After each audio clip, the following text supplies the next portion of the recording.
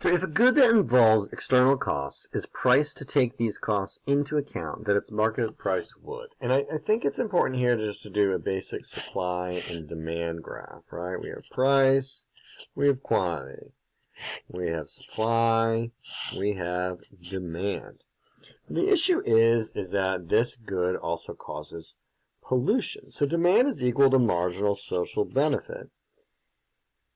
Supply is equal to marginal cost, but not marginal social cost. That is marginal social cost.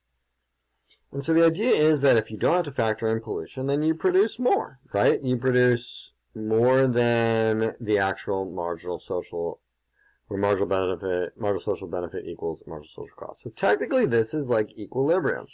And that's what I taught you when we started this class. That's quantity equilibrium, this is price equilibrium. But now we're talking about what's socially optimal. And at that point, it's where marginal social cost equals marginal social benefit. And this is quantity optimal. Alright? This is price optimal.